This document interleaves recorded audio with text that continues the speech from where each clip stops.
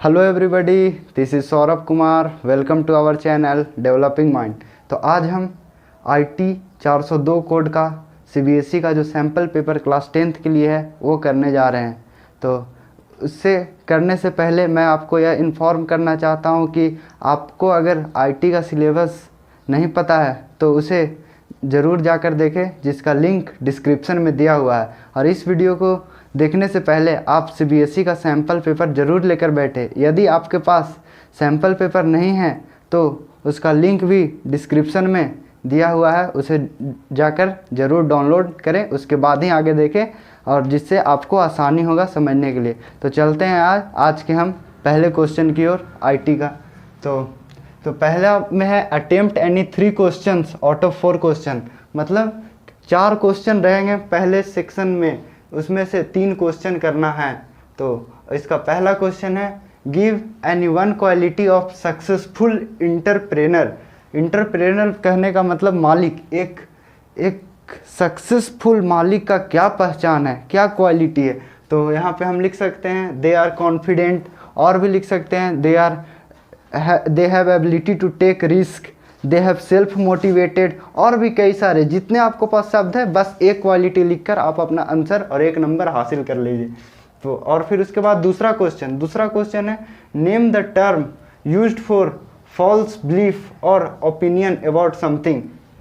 दूसरा क्वेश्चन का मतलब यह है कि एक ऐसा टर्म जो आपके चैप्टर में यूज हुआ है जिसका मतलब है फॉल्स बिलीफ, मतलब झूठा विचार, झूठा बोला जाए, या फिर कोई चीज़ जो झूठा हो, उसके बारे में आपके चैप्टर में जो इंटरप्रेनर स्किल है उसी का यह क्वेश्चन है। उसमें यह होगा कि दोज थॉट्स और those beliefs which has been false, जो फॉल्स हो उसे हम क्या कहते हैं, तो मिथ कहने का ही मतलब निकल जाता है कि जो चीज़ हम सोचे हैं, जो फिक्शनल हो, उसी को हम मिथ कहते हैं। तो दूसरा का आंसर मिथ हुआ।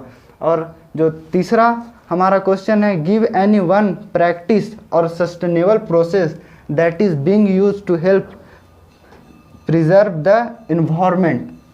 तो इस क्वेश्चन का मतलब है, मतलब कोई भी ऐसा प्रैक्टिस हमें बताना है या फिर कोई भी ऐसा सस्टेनेबल प्रोसेस जो कि इन्वायरमेंट को प्रिजर्व और प्रोटेक्ट करने में मदद करता है। तो वैसा आप सोचिए कि हम क्या ऐसा प्रैक्टिस करें जिससे इन्वायरमेंट, तो हम पॉल्यूशन कम से कम करें, एफोरेस्टेशन करें, तो ये भी एक प्रैक्टिस है। और इसका जो आंसर एक और हम और लिख सकते हैं one practice is vermi composting. Vermi composting कहे तो हम ज़्यादा से ज़्यादा जो डिकम्पोजर्स होते हैं, जैसे कि अर्थवर्म जो कि सॉइल को फर्टाइल करने में मदद करते हैं, उसका यूज करके हम सॉइल की फर्टिलिटी रेट को और बढ़ा सकते हैं। तो इससे भी इन्वायरमेंट प्रिजर्व हो सकता है।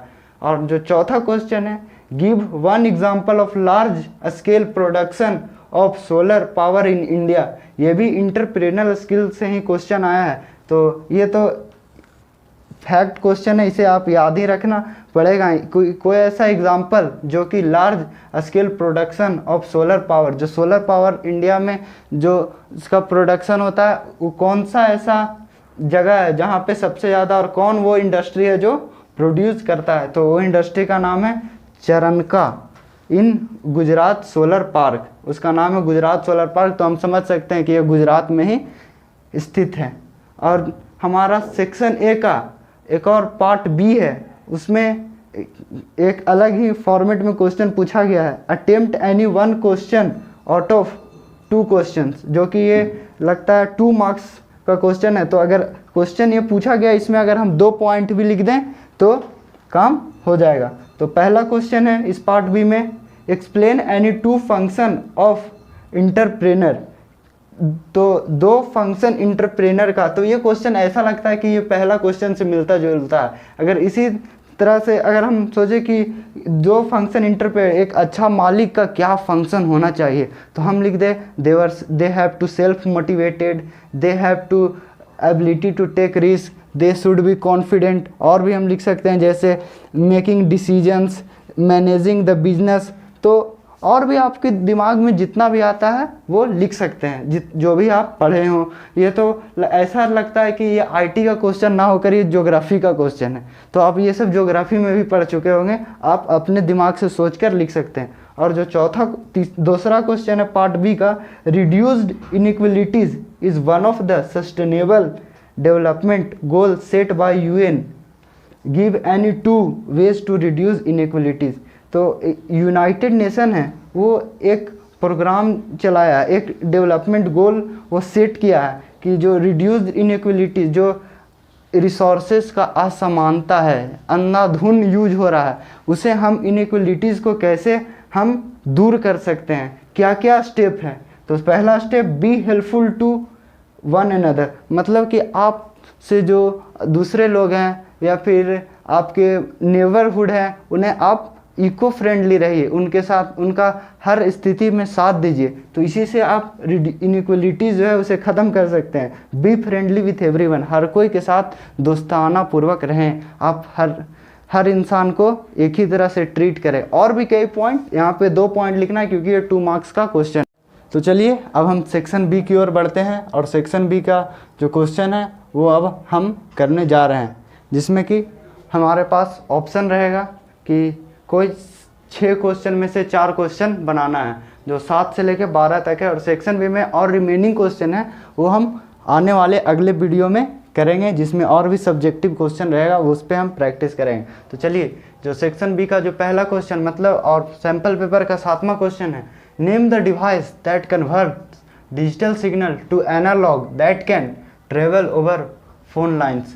मतलब कि वैसा डिवाइस बताइए जो कि डिजिटल सिग्नल को कन्वर्ट करता है एनालॉग सिग्नल में, जिससे कि वो ट्रैवल करता है फ़ोन लाइन में। तो वो डिवाइस कौन सा है? जैसा कि हम कंप्यूटर में जब भी अगर हम इंटरनेट यूज करना होता है, अगर हमें सिम लगाकर जैसे हम फ़ोन में लगाते हैं तो हम मॉडेम का यूज करते हैं, तो उसी प्रकार इसमें भी तो यहाँ पर भी वही सेम काम हो रहा है, डिजिटल सिग्नल से एनालॉग सिग्नल में कन्वर्ट किया जा रहा है। तो उसका काम कौन करता है? मॉडेम। तो 7th का आंसर हो गया मॉडेम। फिर 8वां क्वेश्चन है जो कि डेटाबेस मैनेजमेंट सिस्टम से है कि विच की is an accessibility function which designed for people who have vision impairment और कॉग्निटिव डिसेबिलिटी। मतलब ऐसा कौन सा की है जिससे जो लोग विजन इम्पेयरमेंट है, मतलब जो देख नहीं पाते हैं, और जिनका थोड़ा सा दिमाग डैमेज है, जो कि सोचने का शक्ति, जिनका समझने का शक्ति बहुत कम हो चुका है, वो हैं, तो उनके लिए हम कौन सा की यूज करके हम जो डिज़ाइन करेंगे वो एक्सेसिबिलिटी हो, वो कैसे उसे देख पाएंगे और कैसे उसे देख पाएंगे और समझ पाएंगे उसे। तो उसके लिए हम यूज करते हैं टॉगल की। तो लिख सकते हैं toggle key is an accessibility function which is design for people who have vision impairment और कॉग्निटिव डिसेबिलिटी। और जो 9वां क्वेश्चन है वो है network in which certain computers have dedicated task providing services to other computer are called dash network.